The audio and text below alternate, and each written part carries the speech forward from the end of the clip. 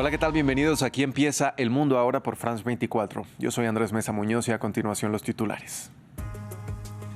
Con la entrada en vigor del alto el fuego, miles de personas emprenden el regreso a sus hogares en la Franja de Gaza. Esto mientras las fuerzas israelíes comienzan a retirarse de sus posiciones. El grupo Hamas tendrá 72 horas para liberar a los rehenes vivos. Perú tiene nuevo presidente. Después de destituir a Dina Boluarte, el Congreso nombró inesperadamente a José Gerí, expresidente del órgano legislativo y quien enfrenta denuncias por abuso sexual y corrupción. Este es el séptimo jefe de Estado en el país en 8 años. La opositora venezolana María Corina Machado es la ganadora del Premio Nobel de Paz 2025, según el Comité Noruego, por su incansable trabajo para promover la democracia. La Casa Blanca dijo que esta decisión priorizó la política por encima de la paz al criticar que el galardón no hubiera sido entregado a Donald Trump. La guerra comercial entre Estados Unidos y China se recrudece, con Donald Trump amenazando con más aranceles y con no reunirse con Xi Jinping a finales de este mes como se tiene previsto. En nuestra crónica de economía con Daniela Blandón les contamos cuáles son los puntos en discordia. Y en revista de prensa revisamos los titulares que nos dejan algunos de los principales medios internacionales. Este viernes medios como El Comercio, El País y The New York Times analizan el panorama en Perú ante la destitución de Dina Boluarte y la llegada al mando de José Gerí. Enseguida lo vemos con él, María Angulo. Empezamos.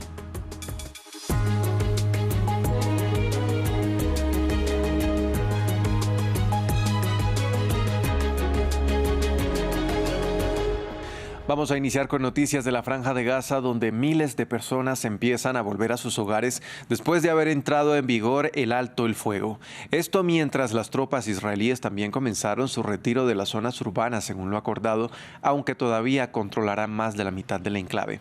Una vez que se complete, el grupo Hamas tendrá 72 horas para liberar a los 20 rehenes que siguen con vida e Israel excarcelará a 250 palestinos que cumplen largas condenas y a unos 1.700 detenidos durante la guerra.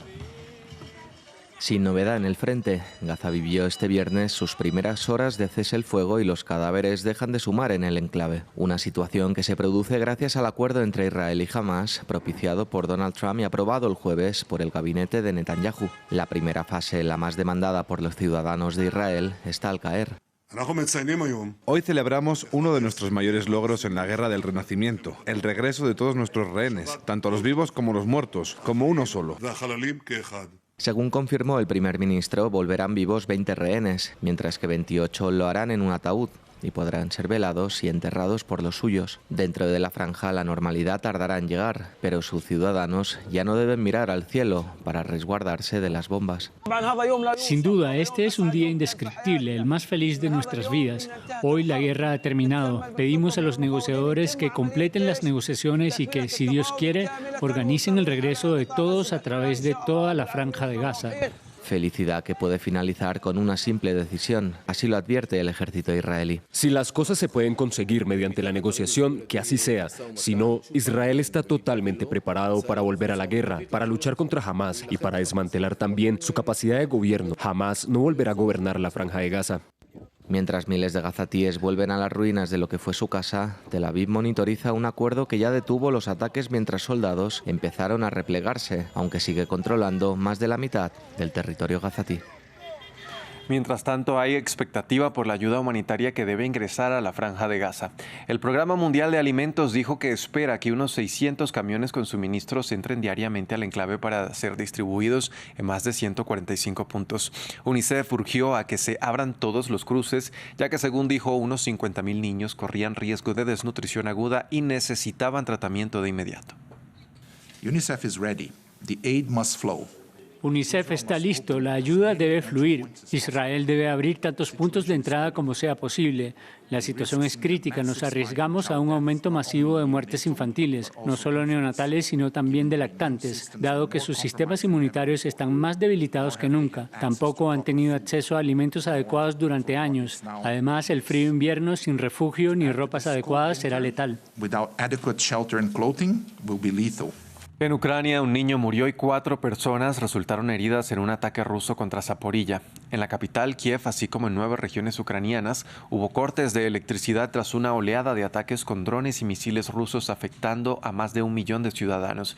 El presidente ucraniano Volodymyr Zelensky afirmó que Rusia utilizó más de 450 de estos artefactos y pidió a los aliados de Kiev que los respalden con sistemas de defensa aérea y aplicaran sanciones a Moscú.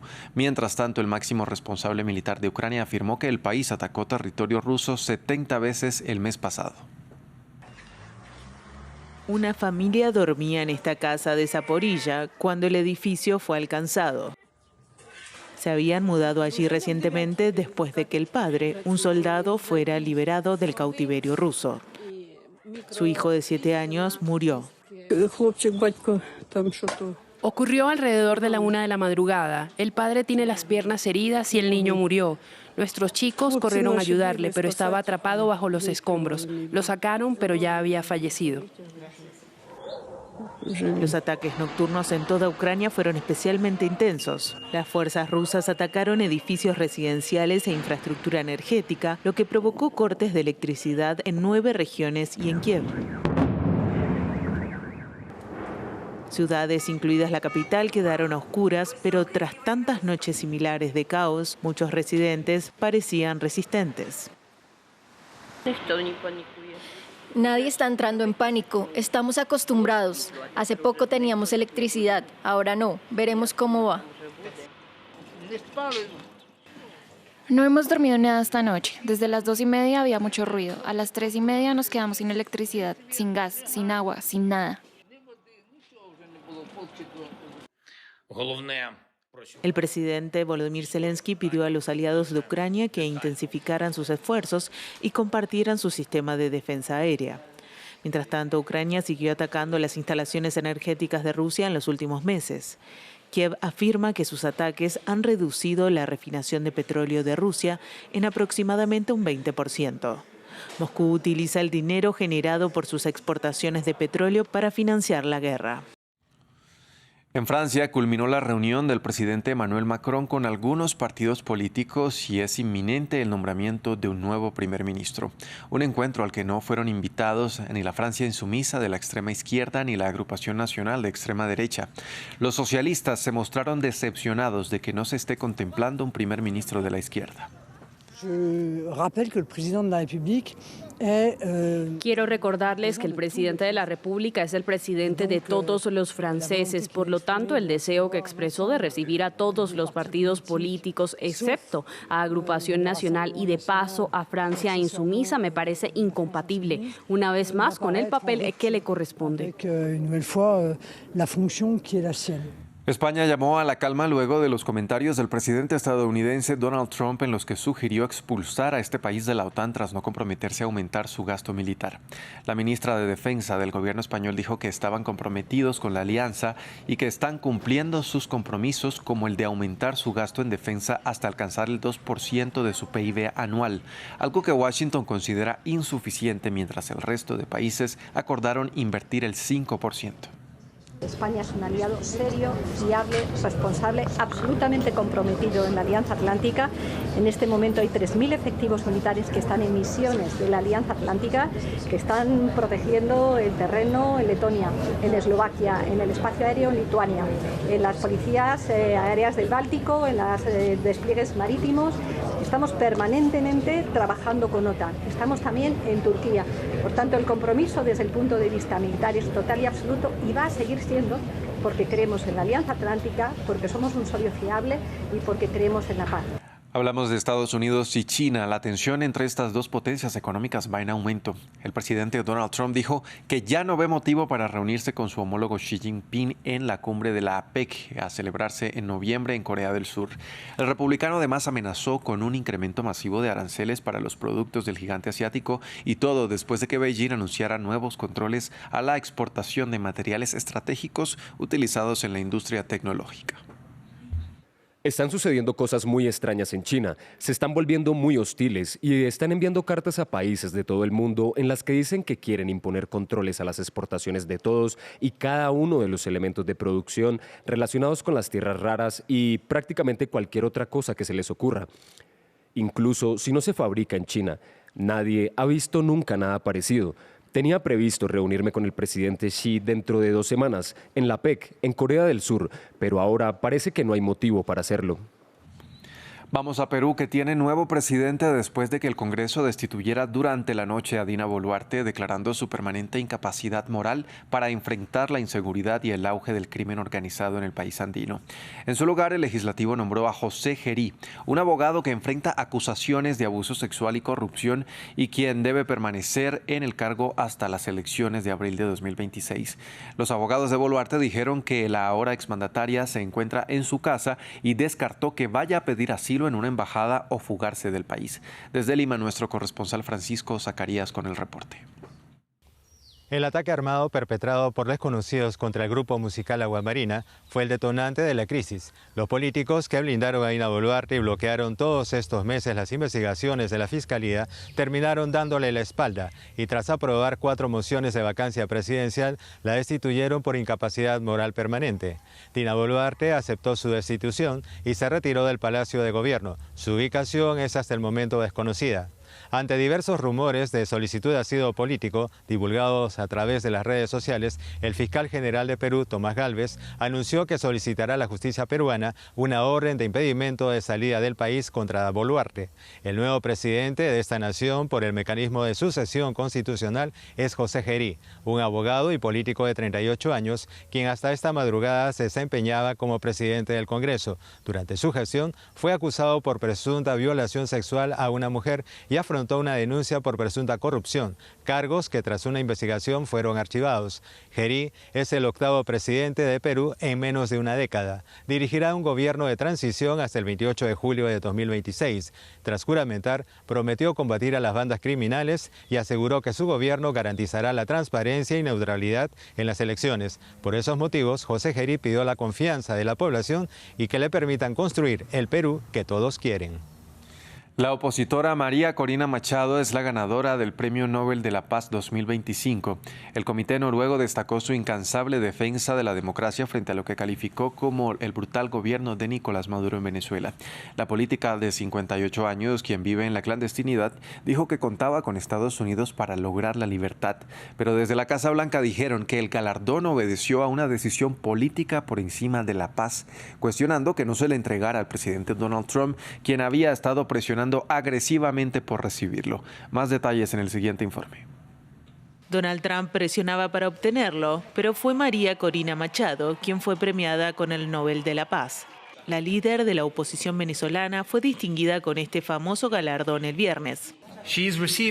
Recibe el Premio Nobel de la Paz por su incansable labor en la promoción de los derechos democráticos del pueblo venezolano y por su lucha por lograr una transición justa y pacífica de la dictadura a la democracia. La señora Machado ha sido una figura clave en la unificación de una oposición política que antes estaba profundamente dividida. Una oposición que encontró un terreno común en la demanda de elecciones libres y un gobierno representativo. Es la primera vez que una persona venezolana es designada Nobel de la Paz. Machado, ingeniera industrial de 58 años, fue impedida en 2024 por los tribunales venezolanos para presentarse a las elecciones presidenciales. Este inmenso reconocimiento a la lucha de todos los venezolanos es un impulso para concluir nuestra tarea, conquistar la libertad. Estamos en el umbral de la victoria y hoy más que nunca contamos con el presidente Trump, el pueblo de los Estados Unidos, los pueblos de América Latina y las naciones democráticas del mundo como nuestros principales aliados para lograr la libertad y la democracia. Venezuela será libre. González encabezó la lista al estar ella imposibilitada por la justicia e hicieron campaña juntos en 2024. El Consejo Nacional Electoral declaró ganador a Maduro a pesar de no haber publicado nunca los recuentos de votos. La oposición declaró ganador a González, afirmando que el 73% de los recuentos de votos recopilados por sus partidarios mostraban que su candidato había obtenido más del doble de votos que Maduro. El pedido para que el oficialismo muestre las actas llegó no solo desde Venezuela, sino incluso de gobiernos con quienes Maduro mantenía vínculos, como el de Lula da Silva en Brasil y Gustavo Petro en Colombia. Tras los comicios, las protestas y detenciones, Machado permaneció en un lugar desconocido desde agosto hasta el 9 de enero de 2025, cuando se unió a una protesta en Caracas contra la toma de posesión del tercer mandato de Maduro antes de estar en la clandestinidad. Vamos con las noticias de la economía. Para hablar de números ya se encuentra conmigo en el estudio nuestra editora de economía, Daniela Blandón. Daniela, ¿qué tal? Feliz viernes. Feliz viernes para usted también, Andrés. Daniela, vamos a empezar hablando de la guerra comercial entre China y Estados Unidos, que tiene un nuevo capítulo. Bueno, están bien activos toda esta semana, llevan varios días anunciando medidas que impactan a diferentes sectores, desde el aéreo hasta el agrícola, por lo que el presidente Donald Trump amenazó con lo que llamó un aumento masivo de los aranceles a las importaciones chinas e insinuó que podría no reunirse con su homólogo Xi Jinping en 2 semanas en Corea del Sur, como estaba previsto. Están sucediendo cosas muy extrañas en China, se están volviendo muy hostiles y están enviando cartas a países de todo el mundo en las que dicen que quieren imponer controles a las exportaciones de todos y cada uno de los elementos de producción relacionados con las tierras raras y prácticamente cualquier otra cosa que se les ocurra. Incluso si no se fabrica en China, nadie ha visto nunca nada parecido. Tenía previsto reunirme con el presidente Xi dentro de 2 semanas en la PEC, en Corea del Sur, pero ahora parece que no hay motivo para hacerlo. Daniela, ¿cuáles son los focos de tensión? Bueno, este viernes China asestó el más reciente golpe, aunque mientras vamos hablando puede que Estados Unidos ya esté respondiendo. El Ministerio de Transporte anunció que los buques propiedad de empresas y particulares estadounidenses o aquellos construidos en ese país, inclusive quienes tengan la bandera estadounidense, deberán pagar tasas portuarias adicionales por cada viaje, esto a partir del próximo martes. Pero esto es apenas una de las tantas respuestas de parte y parte. Ya sabemos que a comienzos de este año Donald Trump impuso aranceles adicionales a productos chinos y Beijing respondió recíprocamente. Desde entonces han venido anunciando, aunque después los suavizaron con una tregua que vence a comienzos de noviembre, se siguen aplicando tarifas adicionales. China sorprendió esta semana con anuncios de controles de exportación a ciertos tipos de tierras raras que afectarían a muchas industrias de Estados Unidos, incluida la de semiconductores. Ahora, la administración Trump decide responder de inmediato a esta medida. El Departamento de Transporte propuso prohibir a las aerolíneas chinas sobrevolar Rusia en rutas hacia y desde Estados Unidos, sin incluir los vuelos exclusivamente de carga, a lo que China replicó. Que Estados Unidos imponga restricciones a las operaciones de las aerolíneas chinas no favorece el intercambio interpersonal entre ambos países.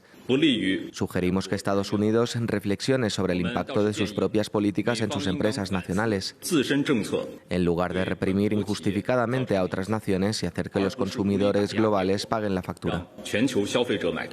¿Qué ganaría Estados Unidos con esta medida, Daniela? Bueno, en plata blanca, primero vamos a explicar cómo llegamos hasta acá. Rusia prohibió a las aerolíneas estadounidenses y a muchas otras extranjeras sobrevolar su espacio aéreo en represalia a la prohibición que hizo Washington de los vuelos rusos sobre su territorio tras la invasión a Ucrania. Pero no hizo lo mismo con las chinas.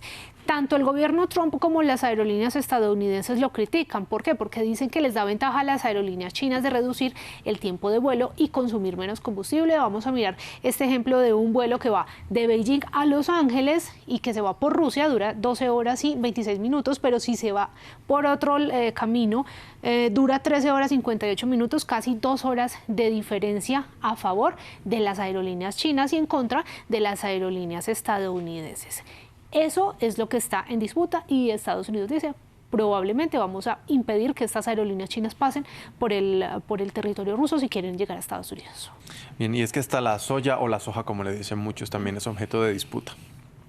Claro, China dejó de comprarle soya a Estados Unidos en la cosecha de este otoño y eso no es menor porque la Unión Americana es su mayor proveedor. Casi la mitad de la soya estadounidense termina en suelo asiático. Ahora el segundo mayor importador del mundo, que es China, les está comprando a otros países como Argentina o Brasil, que están en la parte alta del ranking de producción mundial de este grano. Ese es otro de los temas que se iba a hablar en esta reunión que probablemente nunca será. Daniela, los mercados responden negativamente. Claro que sí, como era de esperarse, las bolsas operan con fuertes pérdidas. Wall Street, por ejemplo, revirtió rápidamente una apertura al alza y experimenta su mayor descenso intradía desde comienzos de septiembre, con pérdidas de entre el 1 y el 2%, como vemos. El dólar cae bruscamente frente al yen japonés, el euro y la libra esterlina. Si nos vamos para Europa, la política francesa había marcado el ritmo de los mercados bursátiles hasta que llegaron los comentarios de Donald Trump, que lo que hicieron fue profundizar las pérdidas. Los inversionistas están desde luego esperando el nombramiento de un nuevo primer ministro. Vamos con una noticia que no me está gustando en Estados Unidos y tiene que ver con el precio de los chocolates, que está aumentando con el Halloween. Y esto no solamente es en Estados Unidos, esto es en todo el mundo, porque ya vamos a ver las razones por las que hay escasez de cacao en el mundo, que es uno de los principales insumos del chocolate, el principal insumo del chocolate. El Instituto Alimentario de Wells Fargo, que es una de las grandes instituciones financieras de Estados Unidos, hizo todo un estudio al respecto, ya que nos acercamos al Halloween, y concluye que los consumidores se enfrentarán a precios elevados este próximo festivo, ya que el costo del cacao se ha más que duplicado desde principios de 2024 y advierte de la reaparición de un viejo fenómeno que acá lo hemos discutido mucho en la redacción, que yo sé que todos ya están muy enterados, se llama shrinkflation o reduflación. ¿Qué es lo que implica? Que los fabricantes mantienen el precio, pero reducen el tamaño de las porciones. Seguramente muchos lo habrán notado ya. Lo más llamativo del estudio es la recomendación a los consumidores. Entonces, Andrés, tome nota: comparar precios entre diferentes minoristas, número 1. Segundo, comprar golosinas con menos cacao. Y tercero, considerar alternativas genéricas diferentes al chocolate. ¿Cuál sería la suya, por ejemplo? Me rehúso a la segunda, ¿no? Me fascina mucho el chocolate. Yo sé. ¿A qué se debe, Daniela, entonces el alza de estos precios? Bueno, por un lado, las malas cosechas en África Occidental, que produce el 70% del cacao del mundo. La producción mundial cayó 12,9% interanual, hasta poco más de 4 millones de toneladas en la campaña 2024-2025, que cerró ahora en septiembre. Eso generó el mayor déficit de oferta en más de 60 años, según la Organización Internacional del Cacao. Acá vemos como Costa de Marfil, que es el mayor productor mundial, produjo 25% menos. Y por otro lado están los aranceles, porque Ecuador, Costa de Marfil, República Dominicana y Ghana son los principales proveedores de cacao de Estados Unidos, y todos fueron gravados con los llamados aranceles recíprocos de entre el 15 y el 25%. ¿Y qué hacen los importadores? Pues trasladar ese precio a los consumidores. Bueno, los consumidores siempre los más afectados. Daniela, Desde luego, sí. Muchas gracias por las noticias de la economía. A descansar y nos vemos la próxima semana con más noticias. Así, sobre todo usted. Viene de la economía, pasamos a las noticias de Revista de Prensa. Bien, y para conocer lo que dicen los principales medios de comunicación alrededor del mundo, saludo en el estudio a esta hora a mi compañera El María Angulo. El, buenas tardes y feliz viernes también. Feliz viernes también para ti, Andrés. Vamos a iniciar con el panorama en Perú, porque diarios como El País, The New York Times y El Comercio analizan el panorama en esta nación andina ante la destitución de Dina Boluarte y la llegada de José Gerí como titular. Así es, de hecho el diario El País de España titula: Dina Boluarte, la presidenta que besó el sótano de la popularidad. Lo que nos reseña este medio de origen español en referencia a la salida de Dina Boluarte del mando es que la abogada, que se convirtió en el año 2002 en la primera peruana en ocupar el cargo como mandataria, alcanzó niveles mínimos de aprobación hasta su destitución. También cita lo dicho por ella misma en el año 2023 al describirse como una mujer de paz, dialogante, conservadora y que creía en su momento en la democracia. Sobre ello, asegura que al obtener el mando, Dina Boluarte llevaba poco más de un año como presidenta del Perú, pero que ya sus palabras habían caído de alguna manera en saco roto o en el vacío ante la perspectiva de la población. Sobre esto cita expertos y se pregunta por qué se daba este panorama. Dice que su gobierno había iniciado en medio de lo que describe el diario El País como una mentira, al asegurar que cuando Dina Boluarte dijo que se marcharía del poder en caso de que Pedro Castillo fuera vacado o destituido. Esto en un contexto en el que esa promesa no solo fue incluida, sino que también minó la confianza que tenían los peruanos en su gestión como gobernante. El medio indica que la líder política de 63 años no gozó de primaveras ni de respiros debido a que su nombramiento, que recordemos se produjo el 7 de diciembre del año 2022, provocó un rechazo en cadena y que cuando cumplió 100 días en el poder ya su tasa de desaprobación, Andrés, rondaba cerca del 80%. Lo que concluye El País es que Dina Boluarte hoy se marcha contra su terquedad, pero con un respaldo que está por debajo del 0%. aliento y describe la situación de esta manera, abro comillas. Se marcha Dina Boluarte con sus discursos de fiestas patrias que batieron récord en tiempo, pero también en bostezos. Se marcha con su indolencia hacia las víctimas de su gobierno. Se marcha sin haber capturado al líder de su ex partido Perú Libre, Vladimir Cerrón, un prófugo que tuitea a diario y que publica libros. Vemos también, en contraste, cómo el medio estadounidense The New York Times titula con la misma noticia y nos dice: Perú destituye a su presidenta en medio de un aumento de la delincuencia. Vemos cómo este medio da un giro a la cobertura de la noticia, pero coincide también con el diario El País al decir que la creciente indignación por la delincuencia y la ola de escándalos en la nación latinoamericana logró afectar la gestión de Dina Boluarte.